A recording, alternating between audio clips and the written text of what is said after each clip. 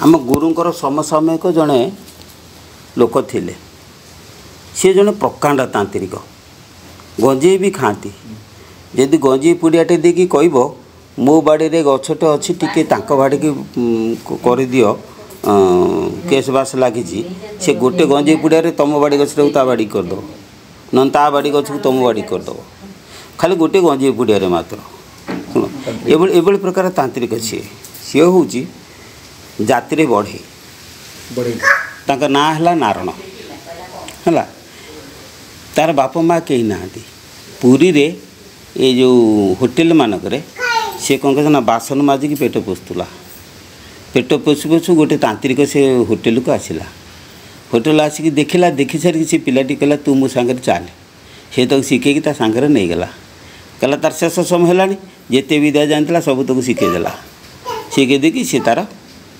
बुढ़ा चलला से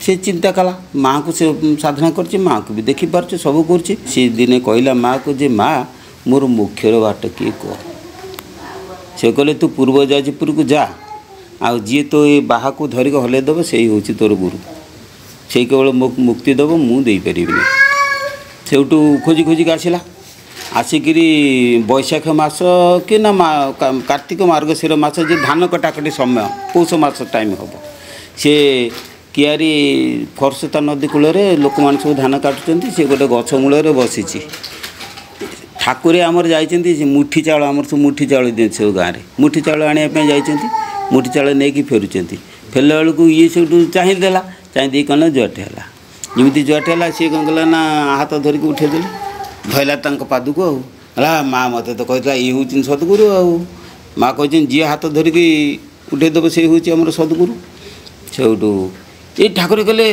मारी पकला हो दौड़ी आस हो पागलाटे किए मो गोट किए धरी पकला या कहीं दौड़ी सी तो सी कहले तू जुआड़े जाऊँ जा माँ तो मत कही मुझे सांगे सांगे जिमी आसला आसी सारिक से बाटिंग मठर पहुँचला पहुँच सारिक से जा हो पाखे रहा रही सारापर किसी दिन पर सी दीक्षा नेला किंतु सी कौन ना तंत्र साधना टी आउ छाड़ी ना दीक्षा नहीं किंतु तंत्र साधना टी सी आउ छाड़ी ना यदि न छाड़ी दिने नई सेपार गुरु मेला हो गुरु से अच्छा मेला हो नई अल्प पानी से शिष्य मान कहला अरे मो पान बटुआटा छाड़ी आसली मठर मुझे नहीं आसमी तुम मेला करता मुझे सांगे सांगे पलि आसमी पशले पाने पाने आसिक नई बारे पहुँचला बेलू देखा बेलू किए जन भुटु भुटे कथबार्ता हो भुटु भुटे किए कथा हो कथा हो बोले केस केस से ये उठी पड़ा कहला आज्ञा मु नरोत्तम नारायण नरोत्तम दीक्षा नेला नरोत्तम कौन क्या सागर कथबार्ता हो ना मो माँ का सागर कथबार्ता होते से कौ माँ कौन देखला सब पोथी पोथी सब अच्छी पूजापूजी चलती सब पोथी के एकदम धरले मोड़ी माड़ी सब पानी फोड़ा देले पदे कहले सत्य कर से आज से विद्या को मु सब माने करी ना तो सत्य करदा से विद्या कला ना न करके गुरु पाखर थिला गुरु पाखर से कना गुरु ताको विभिन्न प्रकार मठ रखले रख रख बरिकुल बोली गोटे आश्रम से बरिकुल आश्रम रखे से आश्रम से गाँटा सारा होती तेली एवं दुर्दांत टोका गुड़ाक भारी दुर्दांत किंतु ये समिति हाथ मुठार टिके बेताल कले तुम गाँ सारा निया नगे देमी क्या जिनसा अच्छी जानी ना से पाखे से समस्ते डरिक रही श्रद्धा भी करते खाया पीवा सब दिखती हेले जेहेतु सी तंत्र विद्या करते भल कर मंद कर जीवन सारा पाप कर पुण्य भी कर तेणु बस जो होगा जाऊँच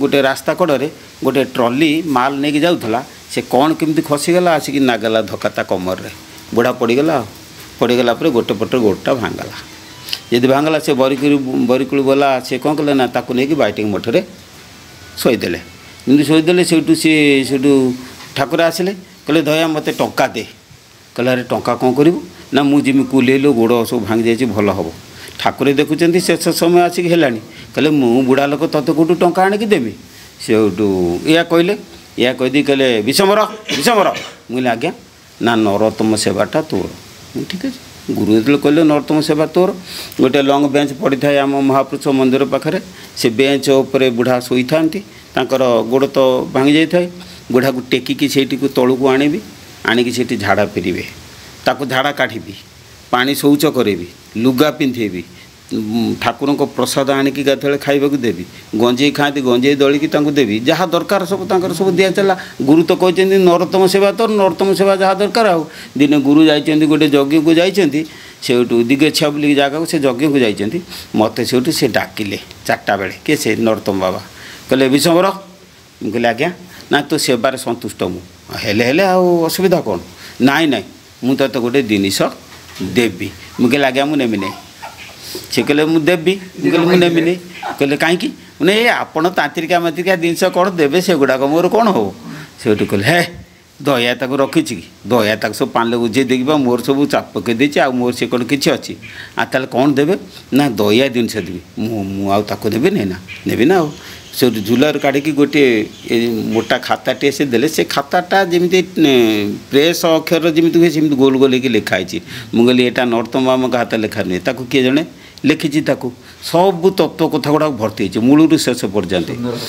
ଯେତେବେଳେ ଭର୍ତ୍ତି ହେଇଛି ସେଇଠୁ ମୋତେ ଯେମିତି ଦେଲେ, କହିଲେ ଏଟାକୁ ତୁ ଆଜି ରାତିରେ ଟିପି ଦେ, କାହିଁକିନା କାଲି ଦୟା ଆସିବ, ମୁଁ ତାକୁ ରଖିଛି ସମାଧିକି ନେବି।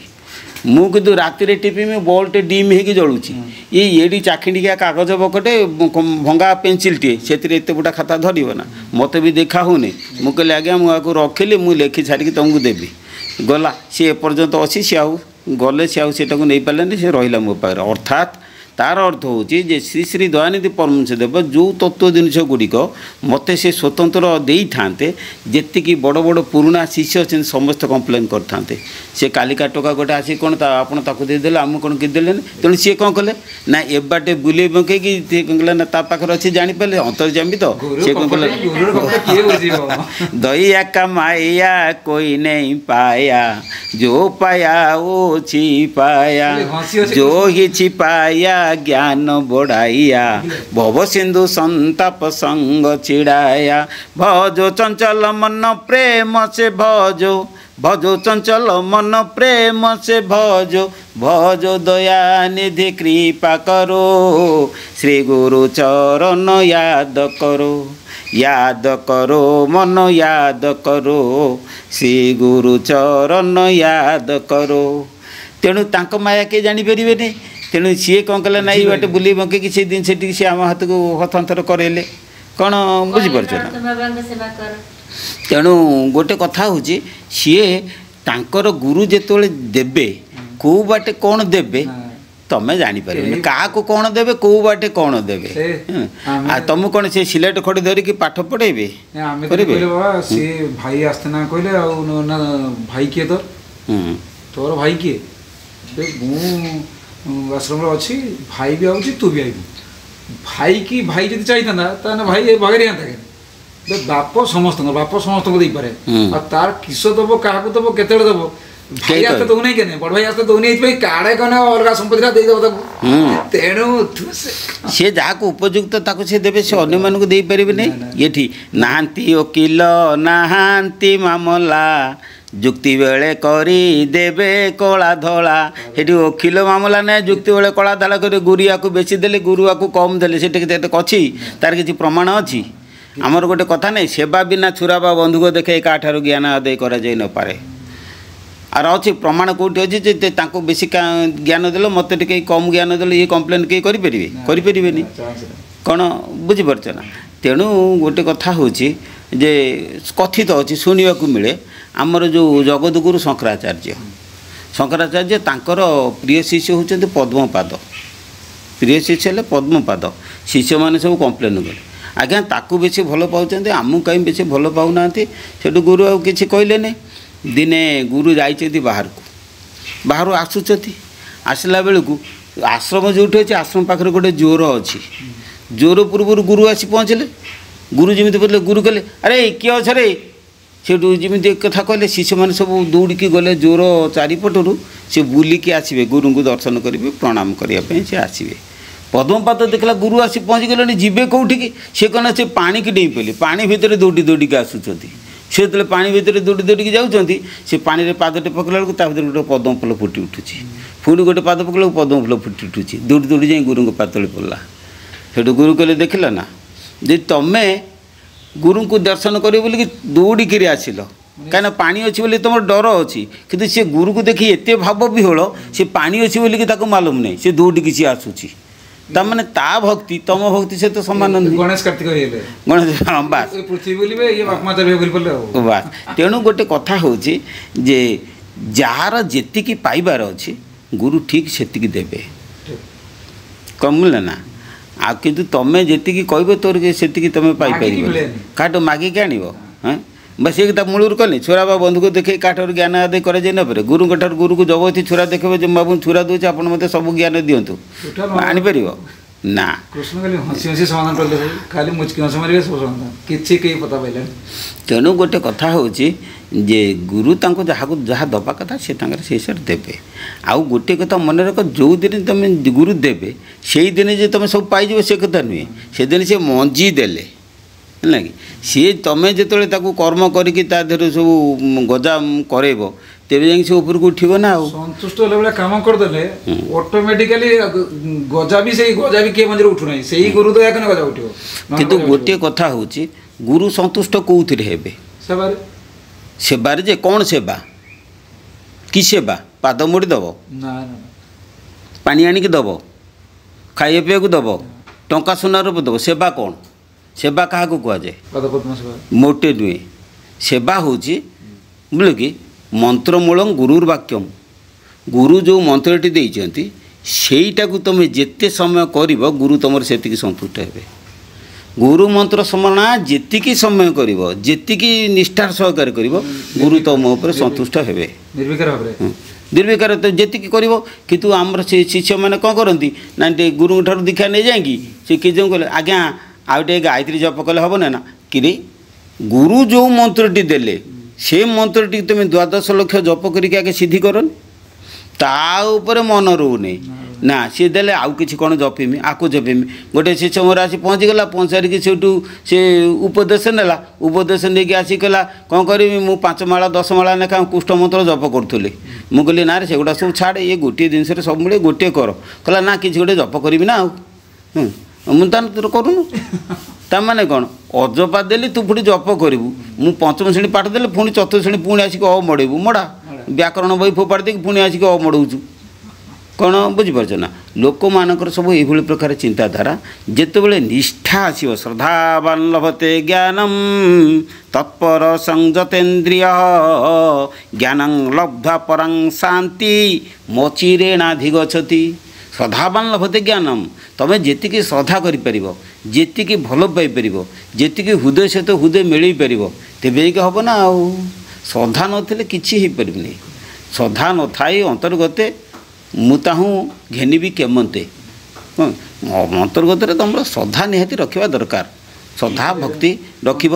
ଆଉ ନିଷ୍ଠା ଗୁରୁ ନାମରେ ନିଷ୍ଠା, ବୁଝିଲ ନା। ଆମର 48 ବର୍ଷ ହେଇଗଲାଣି ଗୁରୁଙ୍କ ଠାରୁ ମନ୍ତ୍ର ଗ୍ରହଣ କରିବାର 48 ବର୍ଷ ହେଇଗଲାଣି। ସେ 48 ବର୍ଷ ହେଲା ଗୁରୁ ବୋଲିକି 2ଟା ଅକ୍ଷର ଛଡ଼ା 3ଟା ଅକ୍ଷର ମୁଁ ଜାଣେ ନା ଜୀବନରେ। କ'ଣ ବୁଝିପାରୁଛ ନା?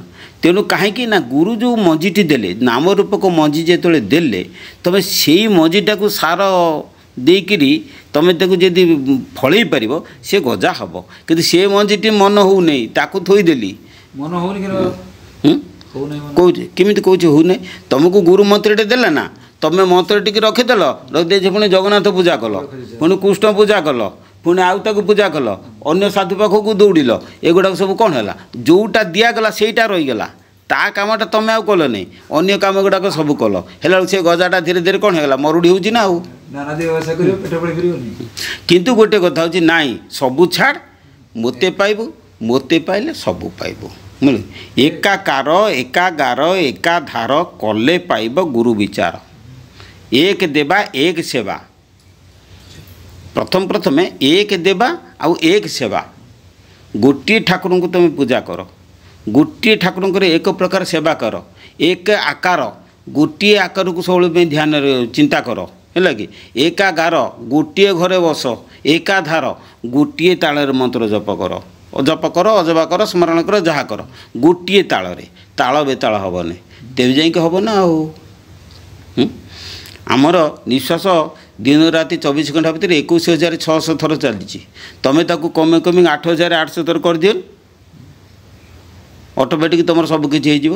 ସେଟା ହେଉଛି ପ୍ରଥମ ଜିନିଷ। ଗୋଟିଏ କଥା ହେଉଛି ଏଇଆ, କ'ଣ ବୁଝିଲେ କି, ଯେ ନାମକୁ ଥରେ କରିଛି ବିଶ୍ୱାସ ନ ଛାଡ଼ିବି ଗଲା ପର୍ଯ୍ୟନ୍ତ ନିଶ୍ୱାସ ହେଲା କି। ମନ୍ତ୍ର ଜପ ହେଇଯିବ। ଗୁରୁ ତୁମେ ଯାହାକୁ ଦେଇଛନ୍ତି ସେଇଟାକୁ କରିକି ଶେଷରେ ନ ପହଞ୍ଚିଲା ପର୍ଯ୍ୟନ୍ତ କିଛି କରନା, କୁଆଡ଼େ ଯାଆନା, ତାକୁ ପୁରା ନିକିଟେଇକି ଧର। ଶେଷ ସବୁ କିଛି ତୁମକୁ ନହେଲା ପର୍ଯ୍ୟନ୍ତ ସେ ଗୋଟାକ ଧରିଥାଅ। ତାପରେ ଦେଖିବ ଗୁରୁ ଯେଉଁ ମନ୍ତ୍ର ଦେଲେ ତାଙ୍କ ନିଜ ସାଧନା, ତେଣୁ ସେ ମନ୍ତ୍ର ଦ୍ୱାରା ତୁମେ ଗୁରୁଙ୍କୁ ଦେଖିଲଣି। ଯଦି ନ ଦେଖିଛ ତାହେଲେ ତୁମ ମନ୍ତ୍ର କିଛି ହେଇନି, ତାହେଲେ ଇଏ ସିଆଡ଼େ ଯିବ କ'ଣ ଦରକାର। ତେଣୁ ଗୁରୁଙ୍କ ଯେଉଁ ମନ୍ତ୍ର ଦେଲେ ସେ ମନ୍ତ୍ରକୁ ସ୍ମରଣ କଲେ ଗୁରୁଙ୍କର ଭାବ ତୁମ ଠି ଫୁଟି ଉଠିଯିବ। ତୁମେ ତୁମ ଗୁରୁର ଶିଷ୍ୟ ବୋଲି ପ୍ରମାଣ କ'ଣ? ତାର ଏକମାତ୍ର ପ୍ରମାଣ ହେଉଛି ଯେ ତୁମ ଗୁରୁଙ୍କର ଭାବ ଯେତେବେଳେ ତୁମ ଠି ଫୁଟି ଉଠିବ ସେତେବେଳେ ଜାଣିବ ତୁମେ ଗୁରୁଙ୍କର ଶିଷ୍ୟ ହେଲ। ଯେପର୍ଯ୍ୟନ୍ତ ସେ ଭାବ ଫୁଟି ନ ଉଠୁଛି ତୁମେ ଗୁରୁଙ୍କର ଶିଷ୍ୟ ନୁହଁ। ଯେତେ ଜାଗା ବୁଲ ଯାହା କର, ଗୁରୁଙ୍କ କଥା ଅହରହ ମନେ ପଡ଼ିବ, ଗୁରୁଙ୍କ ରୂପ ଅହରହ ତୁମେ କରିବନି, ସେ ଅଟୋମେଟିକ୍ ଚିନ୍ତା ହେଇଯିବ। ଶୟନ ସ୍ୱପ୍ନ ଗଲାବେଳେ ଆସିଲା ବେଳେ ତୁମେ ଗୁରୁ ଏଇଆ କହିଥିଲେ, ଗୁରୁ ଏଇଆ ଦେଲେ, ସବୁବେଳେ ତୁମର ମନ ତୁମେ ମନନ କର ନ କର ଅଟୋମେଟିକ୍ ପଡ଼ିଯିବ। କେମିତି ପଡ଼ିଯିବ? ଗୁରୁ ଯେଉଁ ନାମଟା ଦେଇଛନ୍ତି ସେ ନାମଟାକୁ ତୁମେ ଯଦି ଅଭ୍ୟାସ ଯୋଗୁ ଯୋଗୁ ତେନ ଚେତସା ନାନ୍ୟଗାମିନା ପରମଂ ପୁରୁଷଙ୍ଗ ଦିବ୍ୟଂ ଜାତି ପାର୍ଥାନୁଚିନ୍ତୟନ୍। ଅଭ୍ୟାସ ଯୋଗରେ ଅଭ୍ୟାସୀ ଚିତ୍ତ ଏକାଗ୍ର ବଳରେ ଚିତ୍ତ ଏକାଗ୍ର ବଳେ ସେ ଦିବ୍ୟ ପରମ ପୁରୁଷ ଜୀବ ଲୋଭଇ ହେଳେ। ଯଦି ଦିବ୍ୟ ପରମ ପୁରୁଷକୁ ଜୀବାତ୍ମା ପାଇବ ଅଭ୍ୟାସ ଯୋଗରେ, ତାହେଲେ କେଉଁ କଥା ଅଭ୍ୟାସ କରିବ ନା ଗୁରୁ ନାମକୁ ଅହରହ ତୁମେ ଅଭ୍ୟାସ କର। ବୁଝିପାରିଲେ କି? ଗଲାବେଳେ ବସିଲା ବେଳେ ସବୁବେଳେ ତୁମେ ତାକୁ ଅଭ୍ୟାସ କର। ଗୋପୀମାନେ ଯେମିତି କୃଷ୍ଣ ନାମକୁ ଅଭ୍ୟାସ କରିଥିଲେ ଗୁରୁ ନାମକୁ ତୁମେ ସେମିତି ଅଭ୍ୟାସ କର। ଦିନେ ଗୋପପୁରରେ ଗୋପୀମାନଙ୍କ ଭିତରେ ଷ୍ଟ୍ରାଇକ୍ ହେଲା, ସମସ୍ତେ ଆନ୍ଦୋଳନ କଲେ, କହିଲେ ଆଜିଠାରୁ ଆମେ କୃଷ୍ଣ ନାମ ଧରିବା ନାହିଁ, ସମସ୍ତେ ସତ୍ୟ କର। କଥା ହେଇଗଲା, ଆମେ କୃଷ୍ଣ ନାମ ଧରିବା ନାହିଁ। ହେଇଗଲା ପରେ ତା ପରଦିନ ପରସ୍ପର ଭିତରେ କଥାବାର୍ତ୍ତା ହେଉଛନ୍ତି। ସେ କହୁଛନ୍ତି ଆରେ ମୁଁ ସିନା କୃଷ୍ଣ ନାମ ଧରିବି ନାହିଁ, ମୁଁ ଯେତେବେଳେ ପିଠଟା ବାଟୁଛି ସେ ଯେଉଁ ଶିଳ୍ପଟା ଚାଲି ଯାଉଛି କେଉଁଠି କ୍ରୁ ଟାଣିଆ ବେଳକୁ କେଉଁ କୃଷ୍ଣ। ଆଉ ଜଣେ କହୁଛି ଆଲୁ ସଖୀ ମୁଁ ଯେତେବେଳେ ଚାଲି ଯାଉଛି ପାଣି ପାଇଁ ପାଦର ଯେଉଁ ପାଉଁଜି ବାଜୁଛି ଗୋଟେ ପାଉଁଜି କେଉଁଠି କ୍ରୁ ଗୋଟେ ପାଉଁଜି କେଉଁଠି କୃଷ୍ଣ। ଏ କୋଇଲିଟା ବୋବୁଛି ସିଏ କ'ଣ କହୁଛି କୃଷ୍ଣ, କୁଆଟା କାକା ବୋଲୁ ଭାବୁଛି ସିଏ କ'ଣ ହେଉଛି କୃଷ୍ଣ। ନାଇଁ, ଆମେ କୃଷ୍ଣ ନାମ ନ ଧରିଲେ ମଧ୍ୟ ସିଏ ଆମଠୁ ଛାଡ଼ିବ ନାହିଁ, ସବୁଆଡ଼େ ଦେଖାଯିବ। ଠିକ୍ ସେଇଭଳି ଗୁରୁ ନାମକୁ ତୁମେ ମନେ ନ ପକାଇଲେ ମଧ୍ୟ ସ୍ୱତଃ ମନେ ପଡ଼ିବ ଅଟୋମେଟିକ୍। ସେଇଟା ଯେଉଁ ଦିନ ହେଇଯିବ ତୁମେ କିଛି ଜାଣିଲ, ଆରମ୍ଭ ହେଲା ତୁମର ଏଇ ପାହାଚରେ ଚାଲିବା ଆରମ୍ଭ ହେଲା। 12 ବର୍ଷ କଲେ ସେବା, ଗୁରୁ କହିଲେ କିଛି ଯିବା। 12 ବର୍ଷ ତୁମେ ନାମକୁ ଜପ କର, ତାପରେ ଦେଖିବ କିଛି ପାଇବ, ସବୁ ପାଇପାରିବନି। ଆଉ ନାମର ରସଟା ଯେପର୍ଯ୍ୟନ୍ତ ନ ପାଇଛ ତୁମେ କ'ଣ ନା ନାମ ଜପିଲେ କ'ଣ ହେବ, ନାମର ଗୋଟେ ରସ ଅଛି। ସେ ରସଟା ଯେତେବେଳେ ମନ ଭିତରକୁ ନ ଆସିବ, ନ ଜାଣିପାରିଛ, ତୁମେ କିଛି ହେଇନି ତୁମର ବୋଲି ଜାଣିବ। ତେଣୁ ନାମର ରସଟାକୁ କ'ଣ କରିବା, ଆମକୁ ଆସ୍ୱାଦନ କରିବା ପାଇଁ ପଡ଼ିବ। କେମିତି ଦିନରେ କାମ କରୁଥିବ ମନ କେମିତି ହେବ ଚଞ୍ଚଳ, ସନ୍ଧ୍ୟା ହେବ ମୁଁ ଯିବି ମୁଁ ଧ୍ୟାନରେ ବସିବି। ଯେତେବେଳେ ଏଇଭଳି ପ୍ରକାର ମନ ହେବ, ରାତିରେ ନିଦ ହେଉନଥିବ କେମିତି ସକାଳ ହେବ ମୁଁ ଧ୍ୟାନରେ ବସିବି।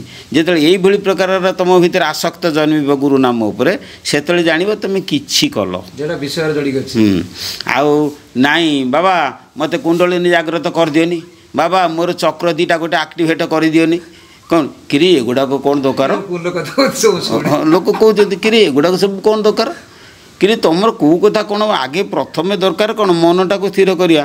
ଗୁରୁ ଯାହାକୁ ଦେଲେ ତୁମେ ତାକୁ କର ନା, ତାକୁ କରିବିନି କେମିତି ହେବ? ତେଣୁ ଗୁରୁ ଦେଇଥାନ୍ତି ଦେଖାକୁ ଶିଷ୍ୟ ଦେଖେ ଅଦେଖା, ଗୁରୁ ଦେଇଥାନ୍ତି ଜପାକୁ ଶିଷ୍ୟ ଜପେ ଅଜପା। ଗୁରୁ ଦେଇଥାନ୍ତି ଗୋଟିଏ ଶିଷ୍ୟ କରେ କୋଟିଏ, ଫଳ ଫଳୁଥାଏ ଅନେକ ମଞ୍ଜି ସିନା ଗୋଟିଏ। ମଞ୍ଜି ତ ଦେଲେ ଗୁରୁ ତୁମକୁ, ତୁମେ ଗଛ କରିକିରି ଫଳ ଫଳେଇଲନି ନା। ନା ଏକ ହୋମ ବହୁ ଶ୍ୟାମ। ଗୋଟେ କଥା ଅଛି ତୁମକୁ ଗୋଟିଏ ମଞ୍ଜି ଦେଲେ ତୁମେ ସେ ମଞ୍ଜିଟାକୁ ଫଳ ଫଳା, ଫଳ ତ ଫଳୁ ନାହିଁ। ଖାଲି ନାହିଁ ବାବା ଚାରଣ ଭୂଇଁ ହଁ ବାବା ତାକୁ ନେଇକି ଟିକେ 2 ଥର 3 ଥର ସ୍ମରଣ କରି ବାବା ମୋତେ ଆଉ କ'ଣ ଦିଅ ମୁଁ କ'ଣ ମେଚେ କରିଦେବି କିନ୍ତୁ ଏଗୁଡ଼ା ସବୁ କି କଥା ବହୁତ ଶିଷ୍ୟଙ୍କର। ତେଣୁ କଥାଟା ତା ନୁହେଁ ତମେ ଆମ ଠାକୁର ତ ଚାଲିଥିଲେ ଆମ ବାବା କେତେ ଆଡ଼େ ବୁଲି ଗୋଟାକୁ ଧରିକି କରିବାଟା ସେଟା ମନ ଭିତରେ ବିଶ୍ୱାସ ଆସୁନାହିଁ। ସମର୍ପଣ ମନ ନ କରୁଛୁ ତୁହି ଦୟା ତୋତେ ହେଉ ନାହିଁ ଅତି ଗୁପତ ଏ ସମର୍ପଣ ବିଧି ଦିନ ଅଚ୍ୟୁତିବ ନାହିଁ। ସମର୍ପଣ କରିପାରୁନି ପୂର୍ବଜନ୍ମର ସିନା ସଂସ୍କାର ଥିଲେ ହେବ ପୂର୍ବଜନ୍ମ ସଂସ୍କାର ନାହିଁ ସମର୍ପଣ ହେବ କେମିତି? ଗୁରୁମାନେ କାହାକୁ ବୁଝାନ୍ତି ନାହିଁ ତାର କାରଣ କ'ଣ? ତାର କାରଣ ହେଉଛି ସିଏ ନିଜେ ଦେଖିପାରନ୍ତି ତାର କେତେ ଜନ୍ମରେ କ'ଣ ହେବାର ଅଛି ସେ ତ ହେବ କି ହେବ ନାହିଁ ସେ କଥା ସିଏ କରିବେ ଆଉ କହିବେ କ'ଣ? ସେଥିପାଇଁ ସେ ଦୟାନନ୍ଦ ପ୍ରଭୁଦେବକୁ ଯଦି କିଏ ପଚାରନ୍ତି ଠାକୁର ଆମକୁ କିଛି କୁହ ସେ କହିବେ କାହାକୁ କହିବି ଶୁଣିବ କିଏ ଯିଏ ତ କହୁଛି ସେଇ ତ ସିଏ home do I say who does listen who is saying he is he ସେଇ ଅଛି ସେ ଗୀତା ବାଲେ ଦେଖିବ। ତେଣୁ ଏ ହେଉଛି କଥା ଆଉ